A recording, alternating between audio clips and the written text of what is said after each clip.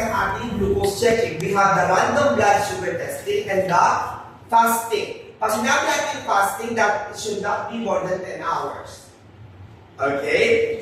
Pag sinabi natin random, kahit kumain yung pasyente mo, kinukuhanan mo. Ang normal na random, ang fasting natin, hindi tataas ng 80 mg/ml. Okay? So kapag mataas na sa fasting ang 80, pag 81 na yan, medyo mataas na po yun. Okay? Sa random, 120 is still normal. Clear po? Clear? Okay. So, ang una natin ginagawa is yung i-prepare mo yung iyong glucose strip. So we call this a glucometer. Everybody say glucometer. Glucometer. So glucometer has a glucose strip. Hindi po 1 feet size all ito. So a glucometer has a specific glucose strip. You understand? Yes, sir. Oh. Now, you also need to have a lancet. We call this a lancet device. So sa lancet device mo, lalagyan mo ngayon ng iyong lancet as needle. And then, ito po ay iniikot natin kung gaano kalalim. So kapag 5 din, malalim na rin na yung sakit na yun. So mga nasa 3 ka lang. And then, hihilahin mo ito. And then, para mag-puncture siya, ito yung pipipitin mo. So, hihilahin mo muna, and then magpa-puncture ka. Clear? Yes, no.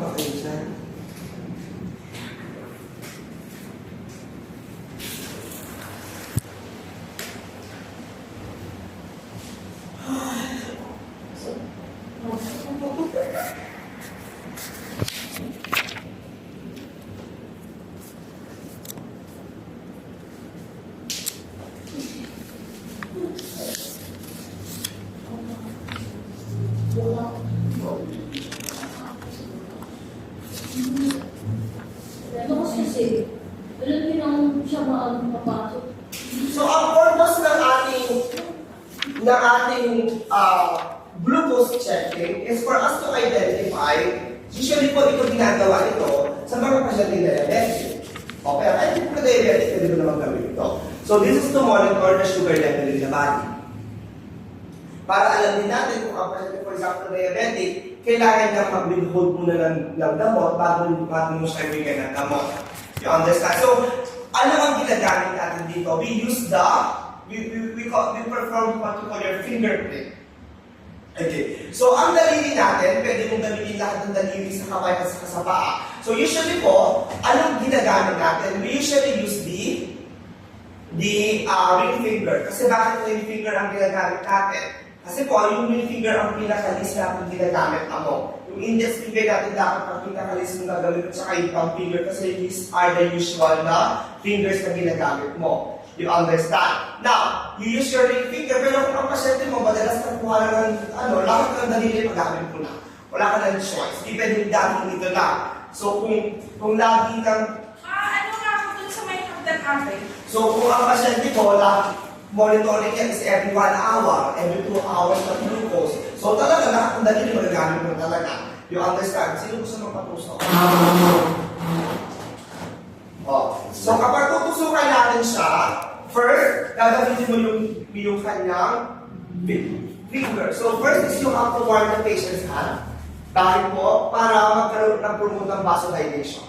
Okay? Para mas maganda yung flow ng dugo. And then you're going to press para mamaya hindi ka mag-mimil. So from the end, from the proximal area, you're going to press. So saan ka tutusok ngayon? Di ba ito yung gitna? Ang tutusukan mo is either side or other side, wag sa gitna. Bakit? As much as possible. Pero pwede rin naman. Pero bakit dun sa side? Kasi nga, dito yung hindi masyadong nagagamit. Kasi kapag sa gitna, tapos kung nag-touch siya ganun, medyo masakit. Dito kasi hindi siya nakahawag ang pera pagawin sa side. Dadalhin yung pera. Diba? Ang hawak niya, laging pagawin. So, ang laging gagamitin, ito center ng daliri. So, ang gagamitin mo yung next side para hindi siya masyadong masaktan kapag big gagawin siya. Clear? So, as much as possible, mas maganda dahil may blood ito, kailangan naka-gloves ka pa rin. So, warm the patient's hand. and then you're going to disinfect. And then, kailangan mo pala panamoy bulak. Okay? Para natanggalin yung alcohol. Okay? Next! You prepare your script. So, kailangan po, naka-prepare na siya. Dapat nakita mo na ready for drop na siya. And then, on the side, tusok na po ako, hinga pa natin. So, pag yung first drop po, tatanggalin mo kasi baka meron pa yung alcohol. And then, you're going to press and then, lalagyan mo sa script. Di ba namatay yung walang battery? O, nag-error ako. Kasi nga, walang battery.